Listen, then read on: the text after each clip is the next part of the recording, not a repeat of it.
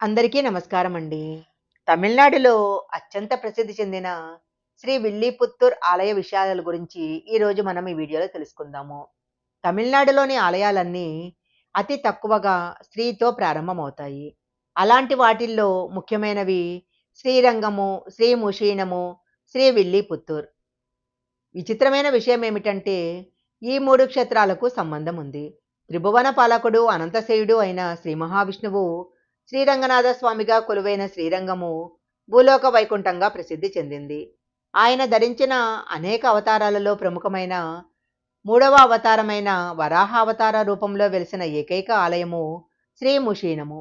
మూడవది శ్రీ విల్లీపుత్తూర్. శ్రీమన్నారాయణమూర్తి పైన అపురూపమైన పాసురాలు గానం చేసిన 12 మంది శ్రీ వైష్ణవ ఆళ్వార్లలో ఇద్దరి స్వస్థలము. వారిలో ఒకరు శ్రీ రంగనాథుని ఆరాధించి ఆయనలో ఐక్యమైన ధన్యురాలు ఆండాಳು. ఈమెనే గోదాదేవి అని పిలుస్తారు. ప్రతి విష్ణు ఆలయంలో ఈమెకు ప్రత్యేకమైన సన్నిధి ఉంటుంది. ఈమె రాసిన తిరుప్పావై గానము ప్రతి ధనుర్మాసంలో ప్రతి వైష్ణవ ఆలయంలో నియమంగా జరుగుతుంది. శ్రీ విల్లిపుత్తూర్ 108 దివ్య తిరుపతులలో ఒకటిగా కీర్తింపబడటానికి కారణము ఆండాಳು, ఆమె పెంపుడు తండ్రి శ్రీ విష్ణు చిత్తుడు. ఆయనను పెరియాళ్వార్ అని కూడా పిలుస్తారు. అలంకార ప్రియునిగా శ్రీ మహావిష్ణువుకి పేరు.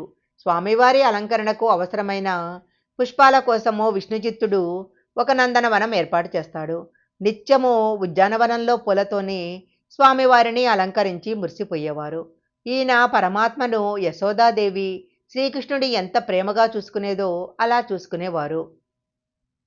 ఒకరోజు విష్ణుచిత్తునికి నందనవనంలో తులసి చెట్టు కింద ఒక పాప లభించింది.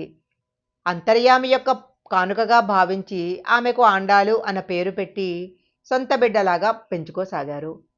తులసి దగ్గర లభించినందువలన ఈమెను గోదాదేవి అని పిలిచేవారు. ఈమె పెంపుడు దండి దగ్గర రామాయణము, మహాభారత గాథలు విని శ్రీకృష్ణుని పట్ల అమితమైన ప్రేమను పెంచుకుంది. తండ్రి ప్రతిరోజు శ్రీ వటపత్ర సాయి పెరుమాళ్లకు అలంకరించటానికి సిద్ధం చేసే దండలను ధరించి తాను మానసచోరునికి తగిన దాన్నా కాదా అని బావినీటిలో చూసుకునేది. పెరియాళ్వార్ వాటినే స్వామికి అలంకరించేవారు. ఒకసారి పూలదండలలో పొడుగాటి కేశం కనిపించింది.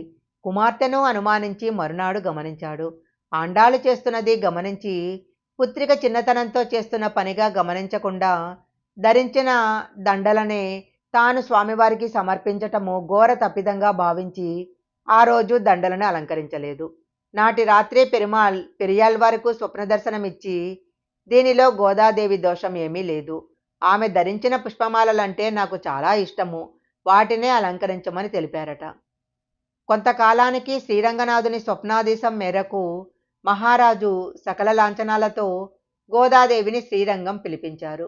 ఆమె స్వామివారి దివ్యమంగళ రూపం చూసి మైమర్చిపోయి సశరీరంగా ఆయనలో ఐక్యమైంది. గోదాదేవి రచించిన తిరుప్పావై, ఆండాళ్ తిరుమలి ప్రజలలో విశేషమైన ఆదరణ పొందాయి. శ్రీరామానుజాచార్యుల వారు ఆండాళ్లను సోదరిగా భావించేవారు.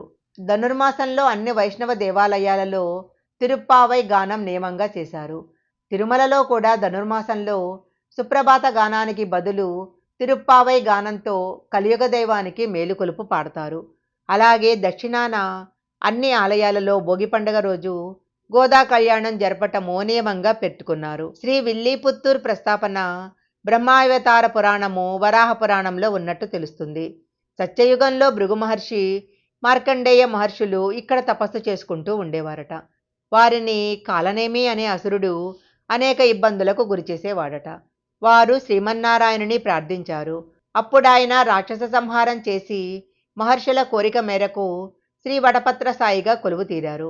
విశాల ప్రాంగణంలో 2 ఆలయాలు, ఎన్నో ఉపాలయాలు ఉన్నాయి. 2 అంతస్తుల ప్రధాన ఆలయంలో కింద శ్రీ నరసింహస్వామి, పైన సప్తమహర్షులు సమస్త దేవతల కైవారాలను స్వీకరిస్తూ అనంతసేన భంగిమలో పాదాలకు ఇరుపక్కల దేవేరులతో నాభి నుంచి ఉద్భవించిన కమలంతో విధాతతో విరాట్ రూపంలో దర్శనమిస్తారు శ్రీ వటపత్ర సాయి.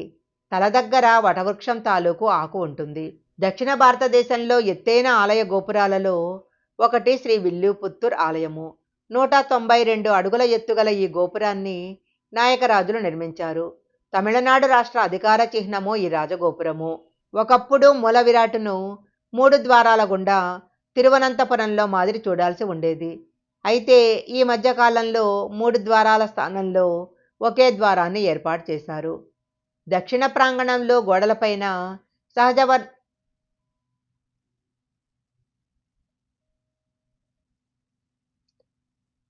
ఈ ఆలయాన్ని దర్శించుకోవటానికి దూర ప్రాంతాల నుంచి భక్తులు తరలి వస్తుంటారు. ఈ విశేష ఆలయంలో నియమంగా ప్రతిరోజు 6 పూజలు జరుగుతాయి. పెరియాళ్వారుకు అండాలు లభించింది ఆషాఢ మాసంలో. అందువలన ఆడి నెలలో 12 రోజుల పాటు ఆడిపూరం నిర్వహిస్తారు. ధనుర్మాసంలో ఈ ఆలయంలో విశేషమైన పూజలు చేస్తారు. దివ్య తిరుపతులలో ప్రత్యేక స్థానం కలిగిన శ్రీ విల్లీపుత్తూర్ చెన్నై పట్టణానికి 600 కిలోమీటర్ల దూరంలో ఉంది. ఇక్కడికి వెళ్ళటానికి బస్సు, రైలు సౌకర్యాలున్నాయి. ప్రతి అరగంటకు ఒకసారి మదురై నుంచి ఈ ఆలయానికి బస్సులు నడుపుతూ ఉంటాయి.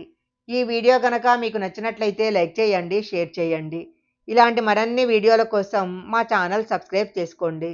పక్కనే ఉన్న బెల్ ఐకాన్ యాక్టివేషన్ చేసుకుంటే మేము పెట్టే వీడియోలన్నీ కూడా మీకు ముందుగానే నోటిఫికేషన్గా వస్తాయి. మరొక మంచి వీడియోతో మళ్ళీ కలుసుకుందాం.